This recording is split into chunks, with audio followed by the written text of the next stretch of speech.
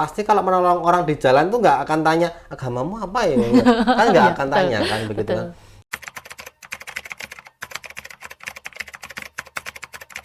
Hai semuanya, selamat pagi, siang, sore, malam, dan selamat hari ini. Ketemu lagi dengan saya, Christina Firi. Kali ini kita di podcast tentang toleransi.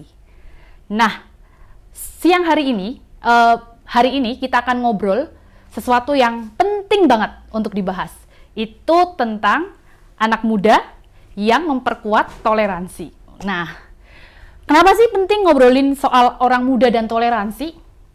Saya mau ngutip salah satu riset dari Wahid Institute tahun 2020. Katanya nih, indeks intoleransi di Indonesia cenderung menaik gitu ya.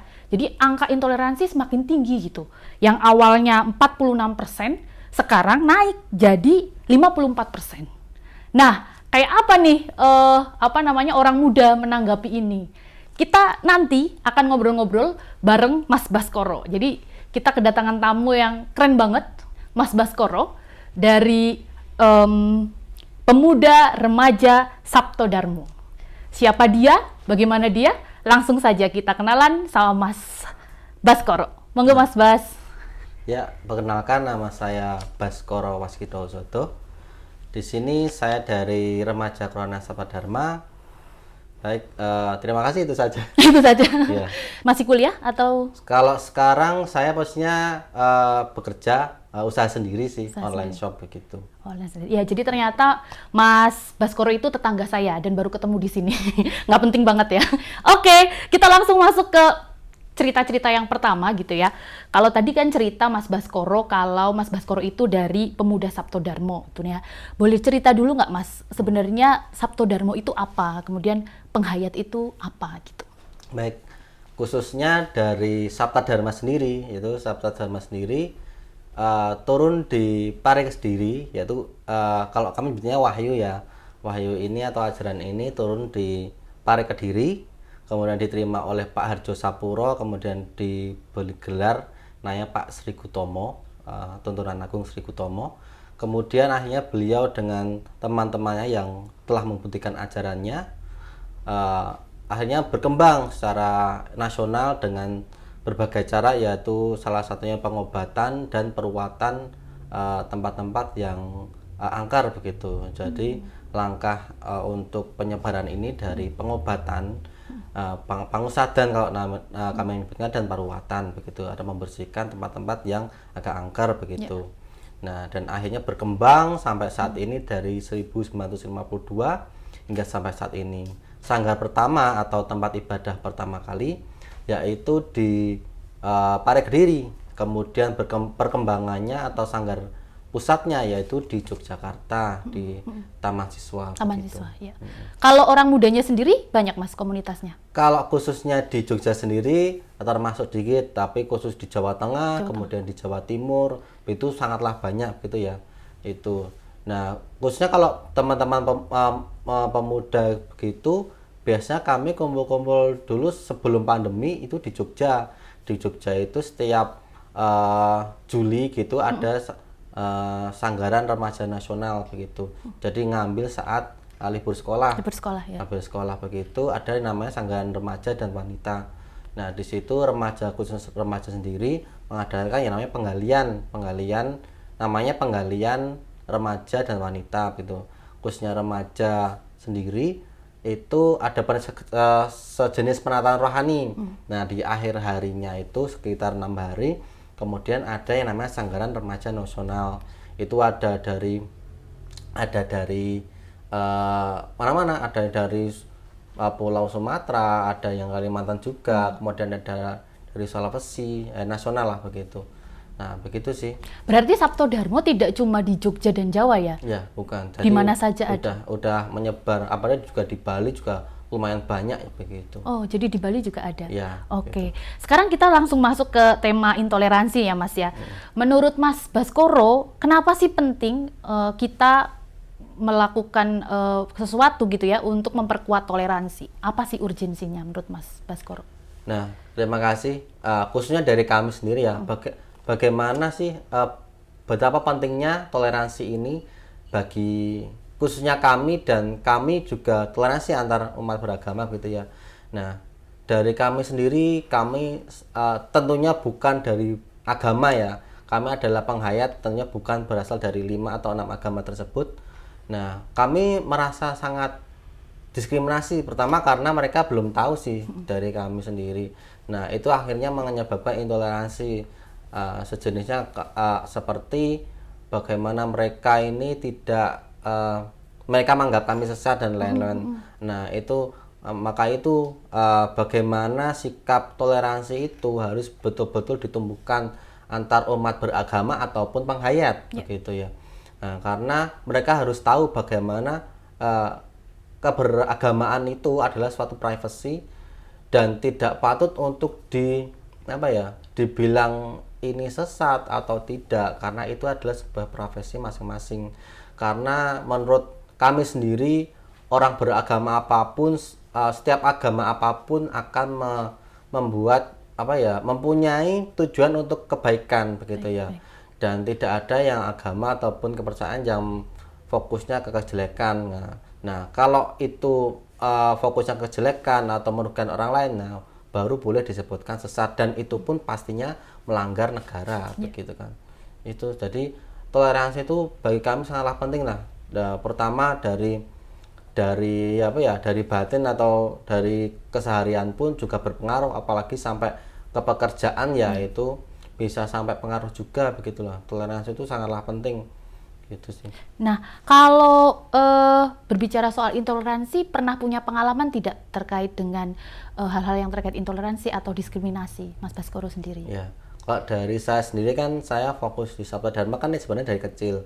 Nah, kemudian tapi untuk benar-benar fokus, makanya benar-benar selalu beribadah tiap hari gitu menggunakan Sabda Dharma itu dari SMK. Kemudian dari kuliah saya sudah berganti KTP jadi penghayat begitu ya. Nah, di situ pertama kali dari SMK dulu teman-teman saya benar-benar aneh karena saya dulu benar-benar fokus ibadah dan tidak ada sama sekali, saya tuh nggak pernah ibadah tuh nggak ada, jadi saya benar-benar kelihatan memang benar-benar di jalannya begitu ya. Nah, tapi kok bisa seorang Baskoro itu kok tiba-tiba nggak pernah ibadah lagi begitu ya. Kemudian dia menyebut dirinya dari penghayat Korean Sabda Dharma atau yang disebut penghayat itu di kami namanya warga Sabda Dharma yang sujudnya setiap 1 hari minimal sekali begitu. Nah, kemudian mereka juga aneh menganggap itu sesat-sesat gitu. Dan akhirnya lulus SMK, kemudian kuliah. Nah, di kuliah ini kebanyakan teman-teman saya khususnya di kampus Yogyakarta ini, khususnya di UNJ ya, saya bilang UNJ, teman-temannya termasuk toleransinya tinggi. Jadi menganggap hal itu privasi dan terserah, monggo Baskoro nggak apa-apa. Yang jelas di situ saya bersikap baik. Nah, ketika saya itu orangnya nakal, mungkin teman-teman saya mungkin juga bersikap kayak gitu ya. Karena saya juga disebut bersikap baik, mungkin prestasinya juga ada begitu. Mungkin teman-teman saya menganggap, oh ya udah Baskoro juga karena dengan penghayatnya atau Sabda Dharmanya juga nggak membuat dia aneh, enggak dia jika prestasinya buruk, maka dia nggak pernah mereka nggak pernah mendiskriminasi saya, cuma tanya-tanya itu apa. Dan akhirnya ya luar biasa di UNJ sendiri khususnya saya mendapatkan teman-teman yang cukup toleransi sih. Gitu. Jadi dulu pernah perbandingan ya Mas sebelum kuliah dan setelah kuliah. SMK itu luar biasa. Luar biasa ya. Gitu. Iya, oke. Saya mau lanjutannya lagi nih Mas. Kalau soal memperkuat toleransi untuk orang muda, kira-kira bagaimana sih caranya menurut Mas Baskoro? Nah, sebaiknya pertama kali sendiri untuk pemudanya sendiri, karena pemuda sendiri sekarang mempunyai latar belakang masing-masing, yaitu keluarganya yang keluarga toleransi atau intoleransi kan masing-masing.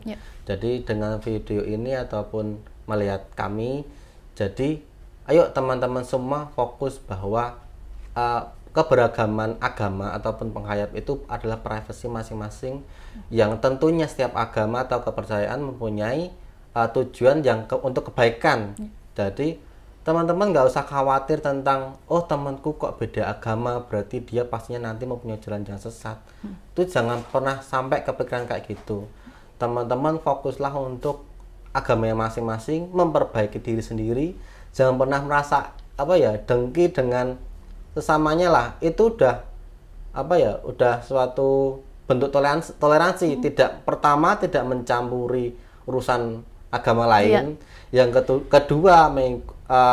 kedua ini ikut berkampanye bahwa toleransi. Nah, dari itu pertama tidak mencampuri urusan agama atau yang lain ya. Yang kedua mengkampanyekan bagaimana toleransi itu harus benar-benar dibentuk agar bangsa ini tidak fokus di agama aja, tapi fokus untuk bagaimana mensejahterakan masyarakat dengan ekonominya ataupun dengan kelembagaan sosial lainnya. Begitu sih kalau menurut saya. Mas Baskoro pernah punya pengalaman misalnya berinteraksi dengan kawan-kawan yang berbeda keyakinan gitu untuk bagaimana mereka kemudian bisa mengenal dan bisa memahami Sabto Dharma. Pernah nggak Mas punya pengalaman begitu? Kalau itu sangatlah banyak ya. Tapi kalau khususnya yang mungkin sangatlah berkesan itu dulu saya diajak dari pemuda Katolik itu gerakan 1000 pemuda itu di Semarang. Itu ada teman-teman Katolik, teman-teman Islam dan penghayat juga Hindu gitu. Jadi sekitar 6 agama mereka 6 agama dan kepercayaan mereka kumpulkan juga. Begitu di situ membentuk gerakan yaitu tentang toleransi antara umat beragama dan kepercayaan begitu di Semarang begitu. Di situ juga karena kita fokusnya media sosial begitu, kami juga benar-benar setiap orang ini harus mengkampanyekan bagaimana toleransi itu dari Instagram, ngepost di Instagram feed dan Snapgram gitu. Itu sangatlah bermanfaat sih itu. Nah, itu karena pas saat itu juga berlangsung benar-benar dulu kejadian toleransi di Jakarta juga gitu. Itu hampir berbarengan sih itu dulu itu. Oke, kalau soal kegiatannya waktu itu kira-kira apa saja Mas yang karena itu kan lintas agama ya, ada banyak agama, kemudian ada penghayat juga gitu. Yang menurut Mas Baskoro menarik itu apa gitu? Yang kemudian menanamkan toleransi itu ini gitu. Kenapa penting di Indonesia itu toleran? Ya. Kalau di situ kemarin tuh untuk kelompoknya sendiri ya, kami di sini diacak dan mungkin nggak diacak ya namanya. Mereka itu benar-benar kayak memposisikan bahwa saya ini nggak boleh dengan penghayat yang lain. Jadi saya bersama teman Katolik, ada yang Islam juga. Itu jadi karena emang Katolik dan Islam tuh banyak, khususnya Katolik banyak banget karena di situ pembuat acaranya Katolik. Di situ kalau saya tuh kelompoknya tiga Katolik, Islam 1, saya 1, penghayat sama 1. Di situ pertama dari masing-masing orangnya sendiri. Nah, dari lingkup kamar aja ya, anggap aja lingkup keluarga ya. Nah, lingkup kamar aja, di situ kami setiap malamnya bisa mendiskusikan bagaimana Sabta Dharma ataupun Katoliknya, organisasinya sendiri. Dari Katolik luar biasa begitu. Jadi di situ menemukan toleransi. Oh, ternyata aku nggak boleh merasa hebat sendiri. Oh, aku ternyata punya kekurangan nih di organisasiku. Bisa aja aku bisa juga lebih bagus seperti dia, dan kita nggak boleh merasa membanding-bandingkan gitu, nggak sama sekali, nggak ada merasa kayak gitu. Jadi benar-benar dari 5 orang itu di kamar itu benar-benar khususnya kami toleransi seperti itu. Kemudian di segi acara sendiri, jika acara sendiri banyak pemateri khususnya di bidang toleransi begitu deh.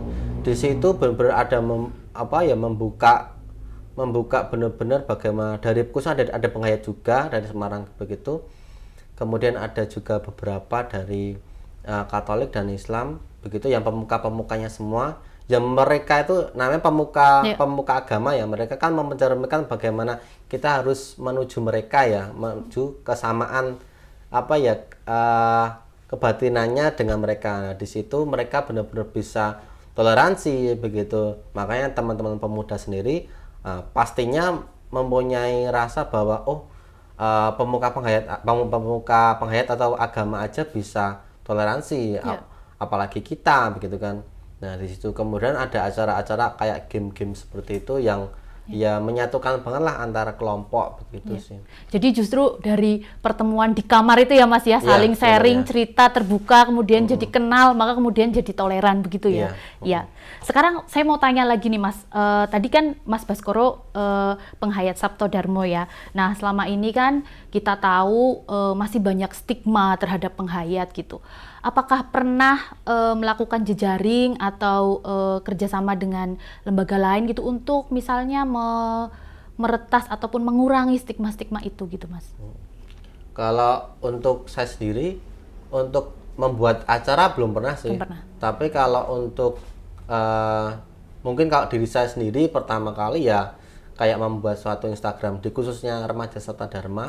Itu membuat suatu Instagram yang di situ benar-benar melihatkan bagaimana cara kami beribadah, kemudian kami mengikuti teman-teman lintas agama begitu, kemudian ada serasian penghayat juga. Di situ kami benar-benar posting di situ biar teman-teman bukan agama kami atau percayaan kami melihat bahwa ini loh bagaimana kegiatan kami begitu. Kemudian kalau mengikuti teman-teman seperti ada acara Gema Bakti Lintas Iman dari Elkis juga begitu yang benar-benar menyokong kegiatan kami, bagaimana mengarahkan ini bisa benar-benar muncul ke permukaan biar masyarakat atau ya masyarakat Indonesia khususnya teman-teman pemuda-pemuda bisa tahu bagaimana Sabta Dharma sendiri, kemudian akhirnya mereka bisa mengetahui hanya punya stigma bahwa tidak negatif itu loh. Itu pertama kali bagaimana terbentuknya toleransi itu loh. Jadi toleransi itu saya pikir dari stigma dulu. Kalau mereka mempunyai stigma bagus, akhirnya tidak ada toleransi. Saya pikir seperti itu sih. Tapi kalau pertama kali mereka menganggap buruk, pasti. Tapi kan ya namanya kemanusiaan ya. Kemanusiaan mereka punya stigma buruk nih. Tapi dengan kemanusiaan itu kadang mereka nggak apa-apa lah, nggak usah tak campuri.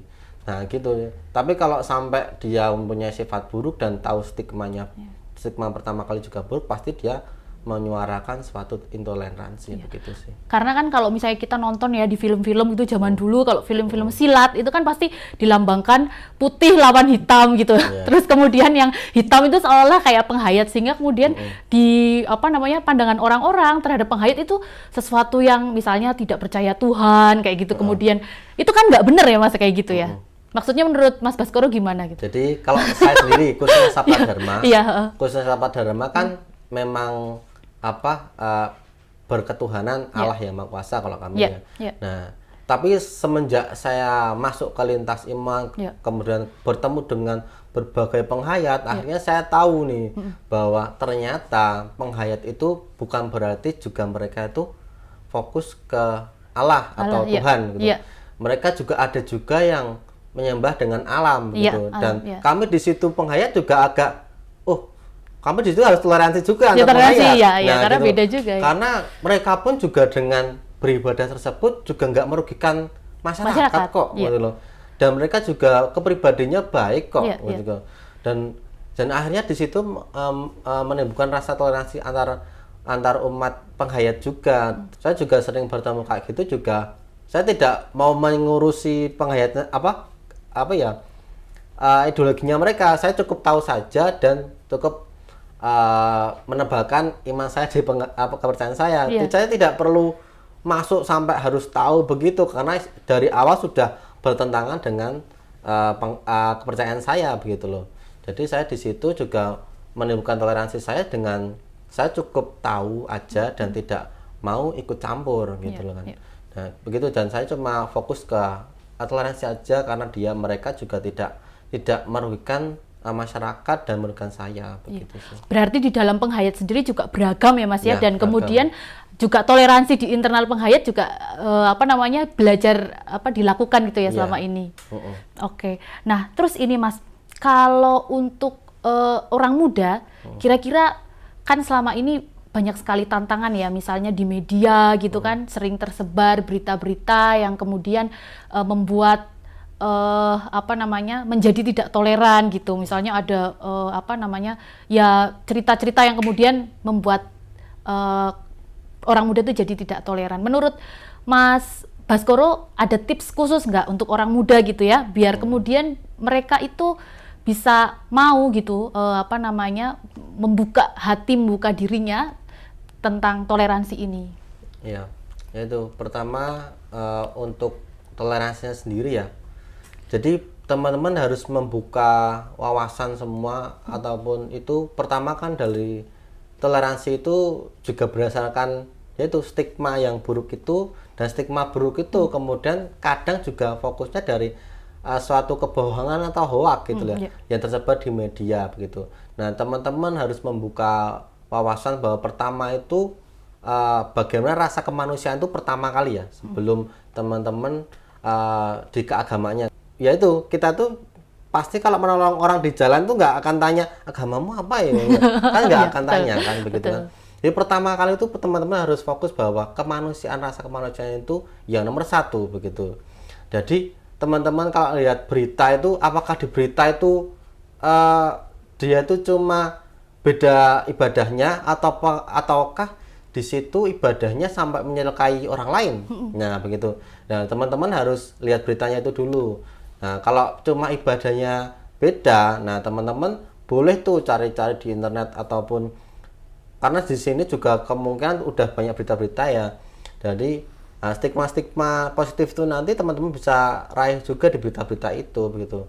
Nah, pertama kali yaitu kalau cuma ibadahnya dua yang beda, itu apa fokusnya kita menganggap dia sesat. Nah, dan ketika itu merugikan orang lain, sebenarnya itu kita bukan ranahnya kita gitu loh, ranahnya polisi ataupun lembaga sosial lainnya gitu. Jadi di situ sendiri juga toleransi itu pertama kali dari stigma positif kita, apakah kita positif dengan kejadian itu sih. Jadi pertama kali teman-teman yang difokuskan itu bahwa rasa kemanusiaan itu yaitu yang sangatlah tinggi begitu sih. Terima kasih Mas Baskoro. Ternyata kawan-kawan, waktu kita sudah selesai. Nggak kerasa ya, seru banget gitu diskusi kita. Tapi untuk menutup podcast kita, saya mau meng-highlight gitu ya, poin penting yang disampaikan Mas Baskoro gitu. Yang pertama bahwa Indonesia itu negara yang mendasarkan pada Bhinneka Tunggal Ika. Oleh karenanya keberagaman di Indonesia itu pasti gitu ya. Maka kemudian kita sebagai bagian dari Indonesia harus punya toleransi. Gimana caranya orang muda bisa punya toleransi? Satu, dia harus menyangkal dirinya sendiri dengan meretas stigma-stigma yang ada terkait kelompok ataupun kawan yang berbeda. Dan yang kedua, mengutamakan kemanusiaan. Kalau misalnya tadi Mas Baskoro mencontohkan, kalau kita menolong orang di jalan, apakah kita mau tanya agamanya apa dulu? Ternyata enggak kan? Karena apa? Kita mengutamakan kemanusiaan. Itu dulu semuanya diskusi kita siang hari ini. Terima kasih sekali sudah menyimak. Sampai jumpa lagi di kesempatan selanjutnya.